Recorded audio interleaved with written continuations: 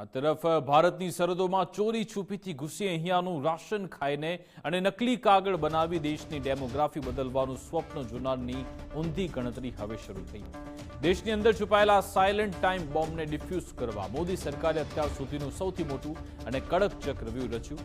Demographic change મુદ્દે high level કમિટીની રચનાની જાહેરાત કરાઈ, જે દેશમાં ઘૂસેલા ગેરકાયદે પ્રવાસીઓની ઓળખ, ડેમોગ્રાફીમાં આવી રહેલા અસામાન્ય અને અકુદરતી ફેરફારને અટકાવવા અને ભારતની સંપ્રભુતાની રક્ષા કરવાનો હેતુ સિદ્ધ કરશે।